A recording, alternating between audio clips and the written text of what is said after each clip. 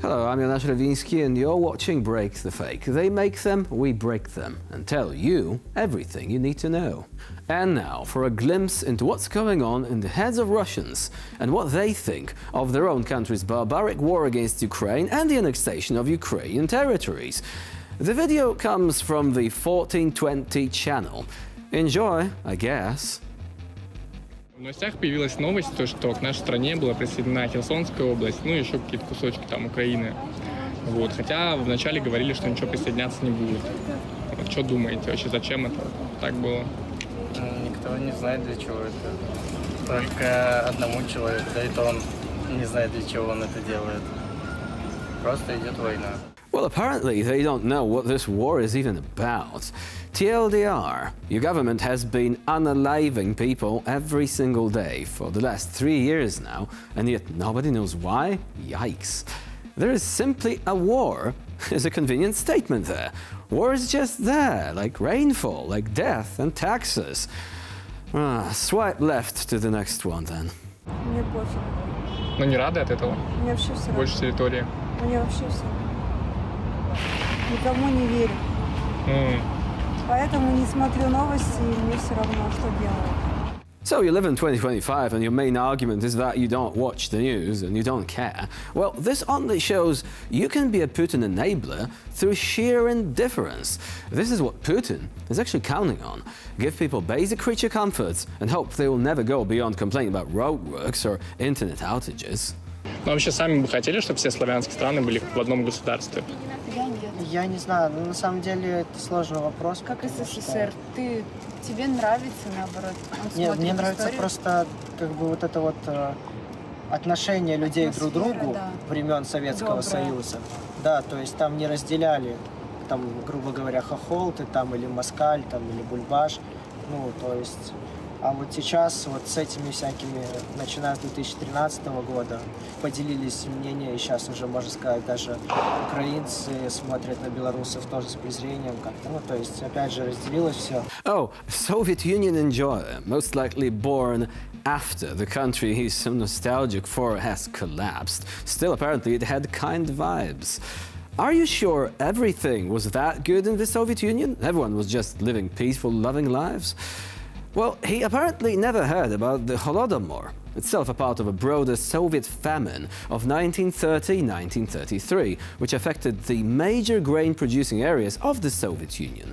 Nostalgia is selective, and government-manufactured nostalgia even more so. Я на это повлиять никак не могу. Отсюда вопрос. Стоит ли мне сейчас тратить свое время, свои нервы и вообще свою жизнь на то, чтобы переживать или волноваться на эту тему? Для меня ответ очевиден. А чего повлиять не можете, вот, кстати, вот, может, там, наверное, протестовать, выйти, допустим? На протест не выйти? хочу... О, нет, дружище, я тебе по-другому скажу. У меня есть очень четкое понимание того, что есть вся политика, и я уже видел очень много примеров того, как... значит, получается, можно сказать. А я и не вставал против них. Это надо. Не, я не подговариваю никак, я просто спрашиваю. Просто люди говорят, а что люди так сдают? Ну, типа, говорят, что все, мы такие, ну, знаете, ничего не будем. Когда ты пытаешься за это, когда ты видишь в этом смысл, тогда может быть. А когда ты живешь полностью абстрагировавшись от системы, тогда тебе куда проще. And why should you even care? Your neighbor has been suffering death and destruction for 3 years now because of your country. But you simply don't want anything like that to make you anxious, and it's easier to avoid politics altogether. Well, dear Russians, after your president, or should we say dictator, launched a full-scale invasion in the next parts of Ukraine, he made you political, whether you like it or not.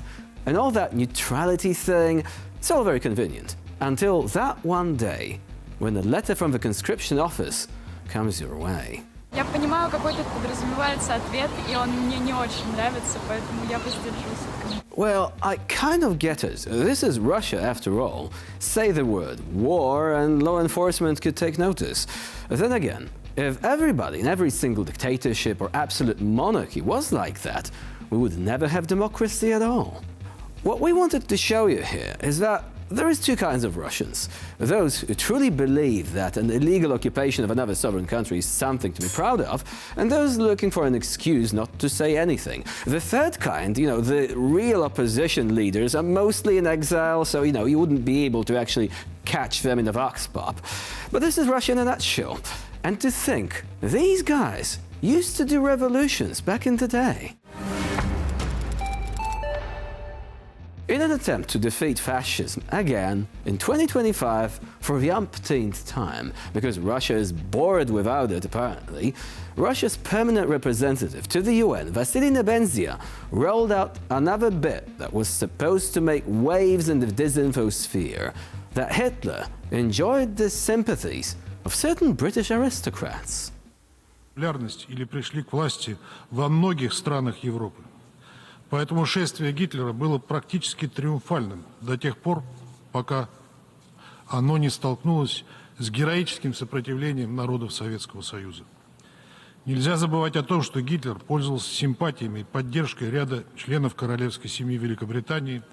На стороне Гитлера воевали Италия, Финляндия и Румыния, предоставившие в его распоряжение 700 тысяч солдат, легион французских добровольцев, испанские добровольцы, норвежский легион СС, голландский легион СС, латышский легион СС, отличившийся особой жестокостью, эстонский добровольческий легион СС, бельгийская добровольческая дивизия, добровольческий корпус СС Денмарк, вошедший в состав немецкой дивизии СС «Мертвая голова». Well, first of all, historians have long known that the Duke of Windsor, who would later become King Edward VIII and abdicate the throne, had favorable views of Hitler since the days when Google was still a book, I guess. But the main thing is, of course, the Kremlin's logic. If someone had strange sympathies in 1936, this somehow justifies your aggression in 2022. Perfectly logical, isn't it? It's as if you were caught stealing and answered, "But in 1912 my neighbor's grandfather stole a bicycle in France. Where is the compensation?"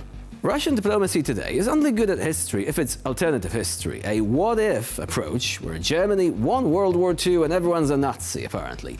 Dieselpunk, except in the real world and without the fancy gear. Obviously, Mr. Nebenzia works in the genre of historical stand-up with elements of schizo-realism, I suppose, and it goes deeper than that. If the UN has a topic on climate, he will say that Noah was also pro-Russian because he gathered everyone in an ark, which is a hint of multi-ethnicity, which means it is almost a concept of the Russian world. Perhaps next time we should wait until he remembers that Julius Caesar is in principle the first geopolitician in the world, and therefore Putin is his spiritual heir. Well, the logic goes something like this. The problem is that when you have isolation, sanctions, war, and total moral bankruptcy in the present day, there is only one thing left to do: dig up the past. And not just dig it up, but wave it around like a banner. But you know what? This thing only goes so far, because he mentioned British aristocrats, but you know who else was on really good terms with Hitler up to a point? Yeah, it was Stalin. 1939, Stalin-Hitler pact. They attacked Poland together, and they were the best of pals. Until one day, they basically had a falling out. And this is really selective history, because Russia is claiming that, all the time they were against the Nazis. Except, up to that particular point in history, they were actually walking hand in hand and tearing Europe apart. So there you have it. History not just being selective, but also really suffering from a sort of major retcon. And this, again, is Russia in a nutshell. And with this, we conclude this edition of Break the Fake. Please stay with us here on TVP World for more latest news and updates.